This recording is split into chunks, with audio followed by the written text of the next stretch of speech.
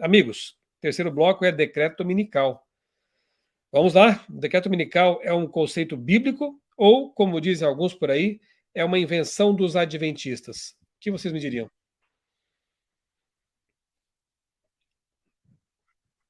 Não precisa brigar para ver quem vai falar primeiro, viu? Eu posso falar, ué, sem problemas algum. Nós já fizemos, inclusive, acho que eu e você, pastor Michelson, fizemos uma live mostrando o decreto dominical A Bíblia. biblicamente, dentro da Bíblia, né? Inclusive, eu quero convidar você a assistir esse vídeo nosso, porque algumas pessoas dizem assim, não, o adventista defende juiz investigativo, quando eu boto a mão assim, ele desfoca, né? O juiz investigativo por causa de Ellen White. Adventista defende o sábado por causa de Ellen White. Adventista defende que vai ter decreto dominical por causa de Ellen White. Quer dizer, a gente não tem Bíblia? Eu não consigo mostrar um decreto dominical na Bíblia? Sério? Eleazar, Então, um detalhezinho. Ó, eu recomendo o livro Nisto e peço que vocês, quando forem ler aqui as doutrinas fundamentais, vejam o que tem abaixo do texto. Só textos bíblicos. As 28 doutrinas adventistas do sétimo dia, que são bíblicas, são unicamente fundamentadas na Bíblia. Olha só, eu sou instrutor bíblico há 30 anos. Desde que eu tornei adventista, eu abracei esse ministério, sempre dando estudo bíblico para classes bíblicas, para pessoas, para jovens, para idosos. Enfim, é uma coisa que me dá paixão. Eu gosto de ensinar a palavra de Deus. Pergunte aos meus muitos alunos aí, ao longo desses anos, se em algum momento, em algum estudo, eu precisei ou quis utilizar Ellen White, textos dela, para ensinar a palavra de Deus para as pessoas. É estudo bíblico, não é necessário. Ela tem o seu papel, tem a sua função, nós poderemos voltar a esse tema depois, mas eu repito, as 28 doutrinas adventistas são fundamentadas na Bíblia, e quando nós estudamos a Bíblia, ensinamos a Bíblia, nós usamos unicamente a Bíblia para fazer isso. Ok, só esse exato. pequeno. Veja, se você observar o livro de Apocalipse, você vai perceber que existe uma relação muito grande entre Apocalipse e o livro de Daniel.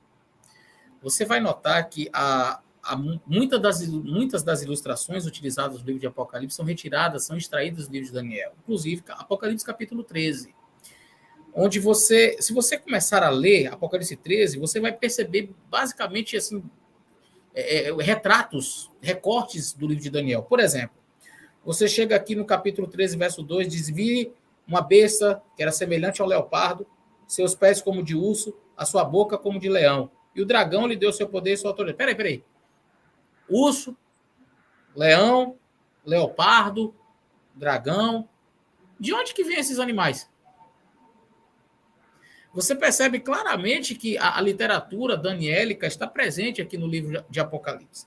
E quando você vai perceber, aqui no livro de Apocalipse, no capítulo 13, você vai perceber também as relações que existem com Daniel capítulo 2. Você vai ver que as medidas da estátua de Nabucodonosor é 66 por 6. O Dr. Jacques Ducan ele tem um material muito interessante sobre essas medidas babilônicas, inclusive mostrando que já foi encontrado um tabletezinho assim de argila na Babilônia, onde tem um somatório dos deuses da Babilônia que daria o número 666. Era um número comum ali para eles, era a totalidade das divindades babilônicas, sendo o número 60 o deus mais elevado e o número 6 o deus menos elevado. Eu tenho um estudo sobre isso. E a totalidade do panteão ali dos deuses babilônicos, 666. Isso é muito interessante. Então, quando você pega o Apocalipse 13, você tem que ter um plano de fundo em Daniel. Você vai perceber, em Daniel capítulo 2, que existe uma questão de adoração à imagem que é levantada. E aí você tem ali a expressão que aparece em Daniel capítulo 2, ali, Hanukkah, a consagração da imagem que Nabucodonosor havia levantado, e ele exige uma adoração daquela imagem que ele tinha feito. Quando você vai para Apocalipse 3, você tem uma imagem que também é feita e que é exigida uma adoração. Ou seja, aquele que não obedecer também será punido com a morte, igualmente em Daniel capítulo 2. As imagens são muito, muito similares. Daria uma live só para explicar Apocalipse capítulo 13, mas aqui você vai perceber que existe obrigatoriedade para que a pessoa fosse selada, aquela pessoa que fosse selada com um determinado selo da besta, esta pessoa, então, seria proibida de comprar, vender e tal, e também seria perseguida e morta. É passível, inclusive, de morte, porque o decreto que a besta dá aqui, no verso 15, diz para que fossem mortos todos aqueles que não adorassem a imagem da besta. E aí eu já vi pessoas dizendo que a marca da besta é o chip que vai na mão, que vai na testa. É um chip tão inteligente que ele já vi gente dizer assim, só pode botar na mão direita, não pode ser na mão esquerda. Rapaz, que tecnologia fantástica. O cara desenvolveu uma tecnologia que ele consegue fazer um chip funcionar só na mão direita, não pode funcionar na mão esquerda. Outros já disseram que é o código de barras. Eu já vi gente dizendo que era até shampoo. Então, assim, você quer saber qual é o selo da besta, que é um selo falso? Você tem que descobrir qual é o verdadeiro. Ninguém sabe, ninguém viu a nota falsa de R$37. Por quê? Porque não existe a nota verdadeira. Só existe o falso quando existe o verdadeiro. Você não vai ter a nota falsa de R$55 porque não existe a nota verdadeira de 55. Você só consegue falsificar em cima do verdadeiro. Existe nota falsa de R$100? Sim. Por quê? Porque existe a nota verdadeira. Então, para eu saber qual é a marca da besta, eu tenho que descobrir qual é a marca, o sinal, o selo de Deus. E o pastor Sérgio já deixou de maneira muito clara aqui as palavras que são utilizadas ali de maneira intercambiável. O sinal de Deus. Está lá em Ezequiel, me dê os meus sábados, que serão um sinal entre mim e vós, para que saibais que eu sou o Senhor, vosso Deus. Então, peraí, se eu achei que o sinal de Deus, o selo de Deus, a marca de Deus é um dia, logicamente a marca da besta, o sinal da besta, não vai ser um código de barras, não vai ser um chip, vai ser a contrafação desse dia. Então, eu achei a marca da besta, é muito simples. Um dia que foi levantado, colocado no lugar daquele que Deus estabeleceu como sendo o dia verdadeiro, alguém chega e diz, não, a minha marca vai ser um dia contrário a esse daí. É muito simples.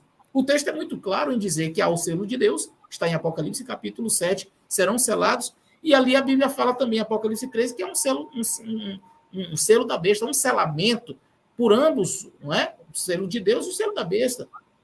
Se eu já descobri qual é o selo de Deus, nesse contexto escatológico, nesse contexto do final da história da Terra, eu sei qual é o sinal da besta. Então, o sinal da besta, sendo um dia uma contrafação, lendo o texto aqui, é bem simples de entender que este poder vai fazer com que seja proibido de comprar, vender e etc., e será perseguido, inclusive, até com a morte, né? A punição com a morte, todos aqueles que não seguissem, não fossem selados com o selo da besta.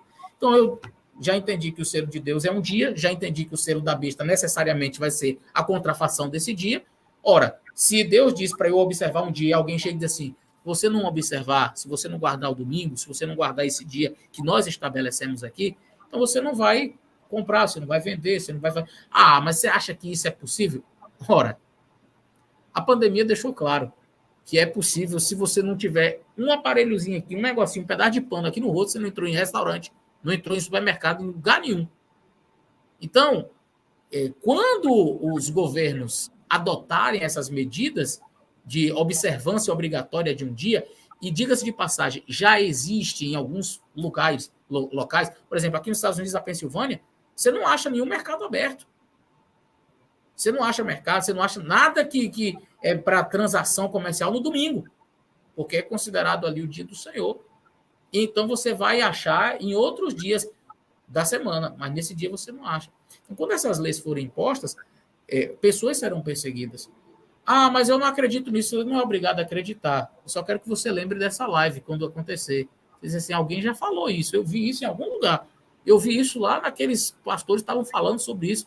Não é que está acontecendo mesmo? Então, quando acontecer, você pode voltar aqui, se esse vídeo ainda estiver no ar, e dizer assim, realmente eles tinham razão. Um ponto que eu queria só acrescentar, pastor Michel, só acrescentando aqui uma coisa muito interessante. Estava lendo, enquanto o pastor Eleazar estava falando, estava lendo pensando aqui sobre algumas coisas, lendo literatura. É muito interessante o seguinte, algumas pessoas podem argumentar que as expressões gregas utilizadas são diferentes, porque quando fala de selo de Deus é esfragis, ou esfragida, tuteu, e quando fala da marca da besta, não usa a expressão esfragis, usa esfragida, utiliza a expressão haragma, que vem de marca e etc. Mas se você for olhar a literatura grega, essa expressão haragma não aparece na Bíblia hebraica, em lugar nenhum. Ela vai aparecer um verbo, harassou, que é mais ou menos parecido, para traduzir lá o hatam, para traduzir ou hatam, ou também colocar um sinal. Mas na literatura grega, haragma significa exatamente colocar um sinal de alguém, colocar um sinal sobre um documento.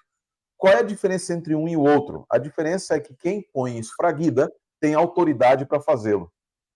Quem põe o haragma não necessariamente tem autoridade, ele apenas está marcando aquilo como pertencendo a ele, mas não tem autoridade real. A diferença, claro, então, é que nós temos ali a besta, que não tem autoridade para fazer o que ela está fazendo, ela não tem o poder, não tem autoridade real para fazer, mas ela se baseia numa imitação. E se nós estabelecermos de maneira clara, estabelecemos que o selo de Deus, o sinal de Deus, o esfragida de Deus é também o sinal de Deus, o ot e o ratano na língua hebraica, nós vamos ver que alguém está tratando de imitar, que basicamente é tudo que nós vemos no Apocalipse. Alguém está sempre tentando imitar o que Deus faz. E aí os textos, as palavras utilizadas a inspiração é maravilhosa, né? A inspiração é maravilhosa. As palavras utilizadas, elas nos dão esses contrastes que muitas vezes, na tentativa de desacreditar a doutrina adventista, o pensamento ou a exegese, não doutrina adventista, mas a exegese bíblica histórica, as pessoas elas vão para um outro lado, não percebendo essa distinção proposital que a inspiração faz, para nos mostrar que aquele que coloca o selo tem autoridade e aquele que coloca o haragma, ele não tem autoridade real. Ele está tratando apenas de imitar, é uma imitação. E qual é a imitação? É um contraste, imitação por contraste. Se nós temos que, de fato, e os dois, nos dicionários, os dois apresentam elementos externos e elementos identificadores. O haragma identifica também e o esfragis também identifica, tá? Mas um identifica como pertencente a alguém que tem autoridade para te selar e vai te proteger, e o haragma apenas identifica, ele mostra identificação, quando está relacionado com pessoas, especificamente. Então, aqueles que recebem a marca da besta estão identificadas com essa busca de imitar, com essa tentativa de contrapor, de contrafazer aquilo que é o sinal de identificação entre Deus e o seu povo. Obviamente que o selo de Deus, ele tem essa característica de protetiva, mas também de identificação, e esse aspecto é extremamente importante. Aqueles que são selados por Deus carregam, lá em Apocalipse 7 e Apocalipse 14, as marcas de identificação com Deus. As marcas de identificação que são santidade, principal, e pureza. Santidade é a harmonia entre o que eu penso, como eu falo e como eu ajo. Fidelidade, nós voltamos para o início. E o que demonstra a nossa fidelidade a Deus no momento de conflito? Duas coisas principais no contexto de Apocalipse. Em Apocalipse, quando fala a respeito da tríplice mensagem angélica, a primeira mensagem é aquilo que o pastor Michelson citou ali de forma en passant, mas nós falamos em outras lives também, até sobre 144 mil no meu canal, no canal do pastor Michelson, que é uma das características, eles anunciam o Deus que é o Criador. Os 144 mil anunciam, tem como parte da sua identidade o anúncio do Deus que é Criador, utilizando as mesmas expressões, e aqui um elemento de intertextualidade, que nos leva de volta a Êxodo e a Gênesis, o Deus Criador, e o Gênesis que faz céus, terra, mar e as fontes das águas. E em relação a isso, então, nos mostra muito claro que a identidade daquele povo em Apocalipse 14 e Apocalipse 7 está ligada com uma declaração e uma demonstração, porque eu já falei lá no início dessa live, fé declarada e não praticada não é fé at all, não é fé de verdade. Então, a fé declarada, que declara a existência de um Criador, mas que se recusa a demonstrá-lo através de algo tão visível, como a adoração no dia que ele, o Criador, escolheu para demonstrar o seu poder de criação, é uma falha de identidade. A identificação não será mais com o Deus, que é o autor do esfragida, mas será uma identificação com aquele que busca imitar, aquele que tenta imitar e recebe o haragma dotherion, a marca da besta. Eu queria, Michel, só dar um tonzinho pastoral aqui. Sim. Porque se a gente não responde os críticos, é porque nós estamos nos acovardando. E se a gente começa a responder os críticos, é porque nós não estamos falando de Jesus, né? Apologética é defender a fé e falar de Jesus, né? A primeira mensagem angélica, ela tem um tom apologético, né? Adorar aquele que fez o céu, a terra, o mar e as fontes das águas. O movimento adventista do sétimo dia é um movimento apologético. né? Nós cremos que somos restauracionistas, estamos aqui para contribuir para os momentos finais dos últimos dias, né? Então, falar de doutrinas é falar de Cristo, porque Cristo não se separa das suas doutrinas, né? Então, você que está assistindo aqui, se a gente não está falando assim, o português claro de graça a Jesus, entenda que falar sobre fidelidade, sobre crença, doutrina, é falar do Cristo ressurreto e que nesse momento nós cremos está intercedendo por nós e dando continuidade a um juízo muito importante. Com relação ao decreto dominical e o selo de Deus, veja, o nosso mundo está caminhando para como pode dizer, uma ordem única, um tolimento de direitos. Eu, há 20 anos atrás, quando aceitei Jesus como Senhor e Salvador e entrei no movimento adventista, eu achava uma utopia esse negócio, não vai poder comprar e vender, né?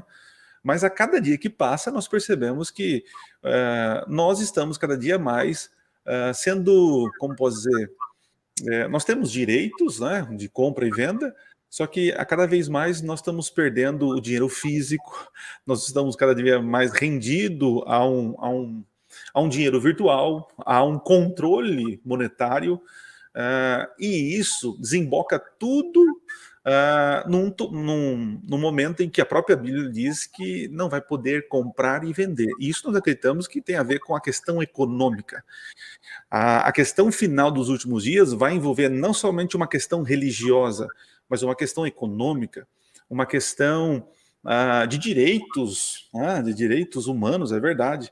E um grupinho pequeno que crê numa Bíblia, num livro antigo, como pode dizer, que são fanáticos extremos ao discordar desse da maioria, pode ser considerado como terroristas e podemos ser tratados como tais, né? Então, o assunto que nós estamos tratando hoje aqui é sério. A gente não está idolatrando o sábado, pelo contrário, a gente quer que você aceite Jesus como Senhor e Salvador, estude a sua palavra e entenda que o que está acontecendo hoje já é previsto, né? E o sábado, a guarda do sábado, a fidelidade ao Senhor em tudo, não somente o sábado, fará com que muitos serão tolhidos, né? Perdão, direitos, e aí a controvérsia está aí. Nós vamos seguir aquilo que Deus diz ou aquilo que os homens impõem sobre nós, né? Essa é a questão, essa é a questão. Tem um comentário aqui de um perfil chamado Somente Jesus, pena que não colocou o nome, né, o nome dele mesmo, que diz assim, ó, Ellen White disse que quem não for adventista é de Satanás. Deus disse isso a ela. Olha, eu já leio há 30 anos os livros de Ellen White, devo ter lido todos, e eu não me lembro de ter visto alguma afirmação desse tipo aqui. Pelo contrário, eu já vi Ellen White dizendo o seguinte, olha, Deus tem seus filhos espalhados por todas as denominações, né? E ela até especifica, inclusive na Igreja Católica, que muitos, né, afirmam ser a igreja caída, etc, etc, tem Deus seus filhos lá em todas elas. Inclusive, Apocalipse diz, né, saiam dela, povo meu. Isso daí está no Testemunhos Secretos, Mensagens Escolhidas e Atos Apócrifos de Ellen White. É verdade. Então, colocar assim, ó, porque os adventistas não falam sobre Gálatas, uma lição maravilhosa, né, que é a segunda vez que nós estudamos, que eu me lembro, né? Então falamos sobre Gálatas, sim, né? Então, mais uma falácia aí. As pessoas talvez não conheçam a escola sabatina, né? Que durante 10 anos, um ciclo de 10 anos, nós estudamos toda a Bíblia, todos os livros da Bíblia na escola sabatina. Então, 2 vezes recentemente, né?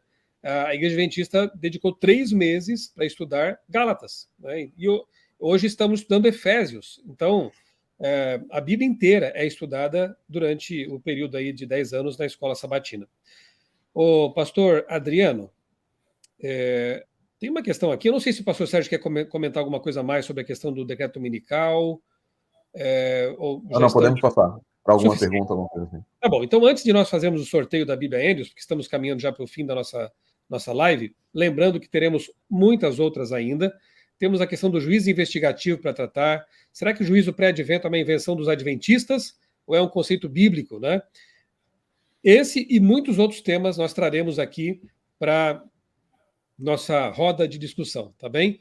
E o nosso propósito aqui não é afrontar ninguém, não é criar nenhum tipo de sabor, pelo contrário, queremos esclarecer realmente porque há muitas imprecisões sendo divulgadas por aí. Como é o caso aqui, né? Todo respeito, mas do amigo Somente Jesus, que trouxe uma frase que, se não fosse esclarecida aqui, poderia estar ecoando por aí afora, e pessoas dizendo coisas que não correspondem aos fatos. E é bom lembrar que, infelizmente, né, o diabo é o pai da mentira, né? E é o acusador dos irmãos. E os mesmos 10 mandamentos que falam para guardar o sábado, não adorar imagens, honrar pai e mãe, também falam contra a mentira, né?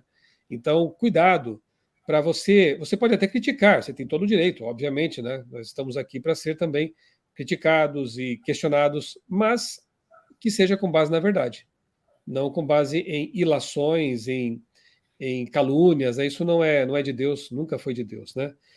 Pastor Adriano, finalmente, essa questão aqui eu queria também que você tratasse, embora não esteja muito ligada, assim, totalmente ligada com o tema de hoje, mas eu acho que vale a pena dedicar uns minutinhos para isso.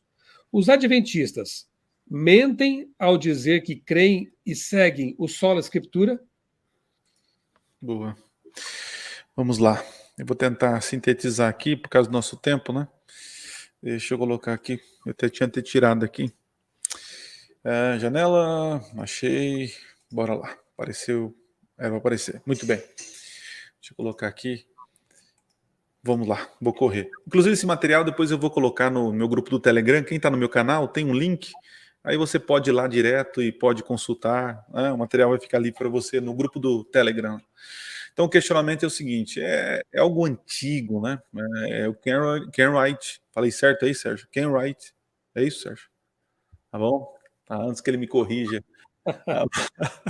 A Bíblia e a Bíblia somente. Ô, Adriano, me desculpa, viu? Às vezes você sabe que o meu jeito é assim, meio despontâneo. Não, eu deixo de boa, isso de boa. Você sabe que eu te amo, eu quero que você chegue no céu. Se você chegar na entrada e falar cibolete no lugar de chibolete, você vai ter morto. Não, tudo bem. Tá de tranquilo. Então diz assim, ó, a Bíblia e somente a Bíblia não é o credo dos adventistas do sétimo dia. É a Bíblia e algo mais. É a Bíblia e os escritos da senhora White. Isso é uma acusação antiga. Né? Ken Wright foi um grande aí acusador, era adventista, se virou contra a igreja. E hoje o que nós vemos na internet é apenas as pessoas requentando acusações antigas, né? E usando o marketing aí para poder criar mais polêmica, né? Então, nos nossos documentos oficiais, nós falamos aqui, cremos, né? Nós cremos que a Bíblia é a nossa única regra de fé, né? Não os escritos de Ellen White. A Bíblia, ela autoriza os escritos de Ellen White, né? Então, é uma falácia tremenda, e é tão chato escutar esse tipo de coisa, né? A gente fala, poxa, mas por que fazer isso? Por quê? Vamos discutir teologia, né? E as pessoas ficam inventando coisas que não existem. Então, no Nisso Cremos, página 276, é bem claro em dizer, né? O que mais? O Espírito de Profecia é a Bíblia. Os escritos de Ellen White não constituem substituto para a Bíblia. Então, nós estamos dentro do sola escritura, né? As pessoas querem tirar a gente, mas é o que a gente crê, não adianta, né? Não podemos ser colocados não pode ser colocados no mesmo nível, é verdade. As escrituras sagradas ocupam posição única, pois são o único padrão pelo qual os seus escritos, né, ou quaisquer os outros, devem ser julgados e ao qual devem estar subordinados. Esse é material oficial da igreja. Outro material publicado pela CPB, um livro muito bom. Não consideramos os escritos de Ellen White uma adição ao cano das Sagradas Escrituras. Não julguemos de aplicação universal. Isso aqui é interessante. Tem até um vídeo no canal que eu fiz sobre Ellen White e os adventistas, né? Como é a Bíblia. A Bíblia é universal, né? Mas particularmente se destina à igreja adventista do sétimo dia. Não os consideramos no mesmo sentido das Escrituras, que permanecem como um padrão único e exclusivo pelo qual todos os demais escritos devem ser julgados, né? O livro que o Michel se apresentou, que depois será sorteado, os escritos da senhora White, a quem consideramos como tendo o dom de profecia, são de Deus. Os próprios escritos fornecem a melhor prova de sua origem divina. Todavia, não afirmamos que esses escritos, embora inspirados, nós queremos que foi o mesmo Espírito, né, o Espírito, devam ser considerados uma segunda Bíblia, um acréscimo a ela. Né? Então, o Ellen White, sobre os seus testemunhos, o que ela mesmo diz. Então, vamos deixar ela falar sobre o que ela pensa sobre seus escritos. Os testemunhos não estão destinados a comunicar nova luz. Olha que impressionante, né? E sim a imprimir fortemente na mente as verdades da inspiração que já foram reveladas. Né? Não se trata de escavar verdades adicionais. Os testemunhos não têm por fim diminuir o valor da palavra de Deus, e sim exaltá-la e atrair para elas as mentes, para que a bela singeleza da verdade possa impressionar a todos. Então, a ideia é exaltar a Bíblia, exaltar a sua palavra. Eu fico pensando assim, se muitos não consideram ela inspirada, né, Ellen White inspirada, mas considerem, por favor, ela, né, como uma teóloga que exalta a Bíblia, né? E as pessoas tratam de alguma forma, atacar a imagem dela, e com isso desconstrói a inspiração e a teologia dela, né? Que mais? O que são os seus escritos? Eu vou... tá, isso aqui é interessante. Olha que interessante que o Ron, aí o pastor Sérgio me ajuda na pronúncia aí. Graybill, é isso? Graybill, não sei. Um profeta pode argumentar teologicamente, pode oferecer reflexão devocional, olha só, e pode ministrar pastoralmente ao povo de Deus, mas sua mensagem é geralmente mais perturbadora do que de um pastor, mais desafiadora do que um devocional de um escritor, mais emocionante do que uma formulação teológica e mais relevante do que uma exposição exegética. Olha só, é o que nós entendemos. Nós consideramos os escritos dela como relevantes, né, mais do que uma exposição exegética. Conclusões. A Bíblia é a nossa única regra de fé doutrinária, e não os escritos de Ellen White.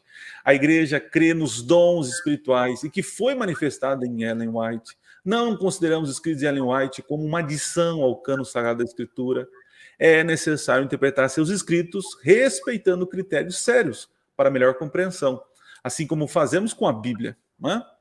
A hermenêutica também se faz necessário em seus escritos. Infelizmente, membros leigos e até pastores têm ensinado ou falado o que Ellen White nunca pretendeu dizer. E é verdade. Aí é a questão da meia-culpa, né? Eu já ouvi muitas coisas que Ellen White nunca falou, né? É como o pastor Sérgio sempre estão nos testemunhos escondidos, mensagens secretas, né? Pessoas que querem provar alguma coisa e usam ela para tentar provar algo, né? Como adventistas do sétimo dia, acreditamos em tudo que a Bíblia ensina. Estaremos dispostos a apreciar os escritos de Ellen White, e se apreciarmos tudo que Ellen White ensina, exaltaremos a palavra de Deus acima de todas as coisas. Está percebendo? Como tem um vínculo, né? Então, eu encerro aqui dizendo que sim, nós cremos no sola Escritura, e o fato de crer num profeta contemporâneo, isso para nós é um privilégio. E nós precisamos agora estudar, tentar entender esse dom profético que muitas vezes, quando se levantou ao longo da história, trouxe algumas complicações, né? O profeta muitas vezes era rejeitado em seu tempo e depois aceito posteriormente. Então não seria diferente com Ellen White, né? O grande problema é que só a Escritura não significa que nós não possamos, de nenhuma maneira, ter...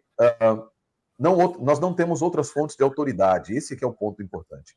Só a Escritura nos fala principalmente de que a Escritura é a nossa única fonte de autoridade, de quem deriva qualquer outra autoridade, inclusive a de Ellen White.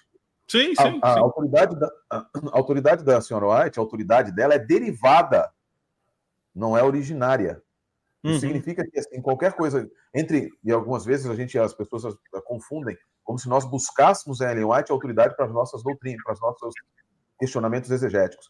Ellen White, ela é a mensageira do Senhor, tá? A mensageira do Senhor, e ela não contrasta com o papel primordial, essencial e único das Escrituras. E eu digo único, não com aspas, mas com negrito, tudo em maiúsculo, etc. Porque o papel das Escrituras é único e Ellen White não confronta. Mas o sola Escritura não preclude, não exclui a existência da ação divina em nos revelar algo que está nas Escrituras, mas que precisa ser melhor compreendido no tempo em que nós vivemos. Isso não é contrário ao sola Escritura. Na verdade, isso se baseia no sola Escritura. Porque, e aí é o ponto, eu estava lendo aqui um texto maravilhoso chamado Princípios Básicos de Compreensão do que Ellen White disse, né, das compreensões de Ellen White, do texto de Ellen White. Ela diz assim, tem um texto muito bonito que o pastor Adriano colocou, ele diz: eu recomendo a vocês, caro leitor, a palavra de Deus como a regra da nossa fé e prática. Pela palavra nós seremos julgados. Nós seremos julgados. E o nós aqui inclui a nossa vida prática, porque a nossa regra de fé e prática são as Escrituras, e também inclui os próprios escritos de Ellen White. Eu tenho falado sempre, e algumas pessoas às vezes não estão, às vezes se esquecem, é assim, ó, nós, adventistas do sétimo dia, compreendemos que sempre que nós lemos um texto do Espírito de Profecia, um texto da Bíblia, nós interpretamos o texto de Ellen White baseado nas Escrituras, e não o contrário. Nós não forçamos o texto das Escrituras para algo da senhora White. Então, vamos supor que haja uma aparente contradição entre os textos das Escrituras e os textos de Ellen White. Como é que é o processo exegético adventista? Deve ser o processo exegético correto. Nós tomamos o texto da senhora White, olhamos para o que ela está dizendo e como é que esse texto se encaixa no que a Bíblia diz e não encaixar o texto bíblico no que Ellen White diz. Por quê? Porque a nossa regra de fé e prática são as Escrituras. As Escrituras são suficientes para nos trazer o conhecimento da salvação. Ellen White é um guia para o Espírito de Profecia e os escritos da senhora White nos levam para esse guia, para esse texto que é a base da nossa fé. Nunca diretamente para a nossa fé. A nossa fé não está baseada no Espírito de Profecia. A nossa fé está baseada na Bíblia e tão somente na Bíblia. Não é de estranhar que a Igreja de Deus seja cada vez mais criticada, perseguida nesses últimos dias. Apocalipse 12:17 diz que o dragão, Satanás, irou-se contra a mulher e foi fazer guerra, a mulher é a igreja ao longo da história, foi fazer guerra contra o restante, o remanescente. Daí vem o conceito, né? O restante da sua descendência. Quem? Quem são eles? Os que guardam os mandamentos de Deus, da Bíblia, e tem o testemunho de Jesus, que o próprio Apocalipse 19:10 responde ser o espírito de profecia. Então, esse povo que valoriza a palavra de Deus, né, e valoriza o dom profético, a lei de Deus, será sempre alvo da perseguição, da ira insana de Satanás. Isso é esperado. Então, não se assuste. Vai ser assim até o fim. Permaneçamos firmes pelo que é certo, pelo que é bíblico, né, pelo que está na palavra de Deus. E sigamos pregando a mensagem de Deus, a volta de Jesus, ajudando a preparar uma geração para a breve volta do nosso Senhor e Salvador Jesus Cristo. Sim, certo? Ô, Michel, só uma questão aqui pastoral, né? Aí eu de novo. Quando nós preenchemos a ficha batismal dos nossos candidatos ao batismo, tem uma perguntinha lá que a gente pergunta se a pessoa crê que o dom de profecia foi manifestado em Ellen White. Então, nós não estamos perguntando se a pessoa crê em Ellen White, na pessoa Ellen White, mas que o dom profético prometido foi manifestado nela. E se a pessoa entende que no movimento dos últimos dias, Deus derramaria seu espírito, né, e haveria esse dom na igreja, e que foi manifestado em Ellen White. Se vai ser manifestado em outro, cabe a nós depois discutir e ver, analisar. Mas na ficha batismal, para quem está perguntando, né, nós não estamos pedindo para a pessoa acreditar na Ellen White como enfim, é criado um espantalho aqui. Nós perguntamos, você crê no dom profético manifestado em Ellen White? Sim. Então tá bom, beleza. É isso. Então as pessoas acabam criando caso, não é bem isso, né? Nós temos várias perguntas ali, eu estou acompanhando um pouco o chat ali também, várias perguntas relacionadas a Ellen White, para que informar o pessoal, lembrar, né, pastor Michel, pastor Adriano, que nós vamos ter respostas para todas elas, mas no tema específico sobre o Espírito de Profecia. Então, várias questões que o pessoal está falando ali sobre Ellen White ter dito que os escravos não vão para o céu, né, e outras coisas, a questão de luz maior, luz menor, etc. Aqui foi somente para vocês entenderem, porque nós falamos sobre o decreto dominical. E como falamos sobre o decreto dominical, as pessoas geralmente falam, não, isso é coisa de Ellen White. Eu acho que interessante, eu estava lendo alguns críticos, claro, a gente não está aqui loucubrando, nós pegamos efetivamente, você que está nos acompanhando, nós fomos em vários sites de críticos, nós fomos em vimos vários vídeos, né, e nós estamos trazendo os argumentos que foram apresentados ali.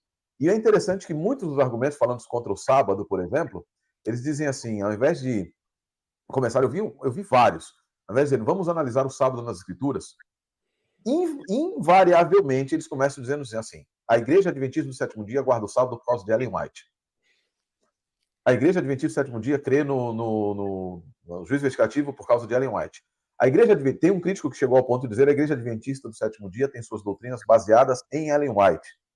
Então, por isso nós trouxemos esse ponto específico. Mas aguardem, vai ser muito bom, porque críticos estão trazendo teorias mirabolantes e histórias que não são verdadeiras, que têm aparência de verdade, mas que são... Nós poderíamos utilizar aí o STF do Brasil para colocar no inquérito das fake news, ou nós estamos criando aqui o nosso próprio inquérito das fake news, e vocês vão encontrar que a totalidade dessas críticas se baseiam em duas fontes: criação de textos e recorte de textos. Ontem eu estava vendo gente, é uma coisa tão absurda, eu comentei com o pastor Michel, com o pessoal do nosso grupo, que a pessoa colocou um texto, e aí você vai ler a frase seguinte, não é nem a página seguinte, é a frase seguinte. Ellen White desconstrói o que a pessoa estava dizendo. Ela diz o contrário, mas a pessoa recortou aquela frase e colocou lá num vídeo que já atinge várias pessoas. Tomem muito... Agora o tom pastoral, que o pastor Adriano sempre gosta. Tomem muito cuidado, o inimigo está ao redor de todos nós, querendo encontrar alguém para tragar. E muitos desses canais, muitos desses textos e críticos, nós oramos por eles, porque sabemos que eles são pessoas por quem Cristo morreu também. Mas nós estamos nós ficamos pastoralmente entristecidos, porque as pessoas não percebem que estão fazendo uma obra satânica. É isso.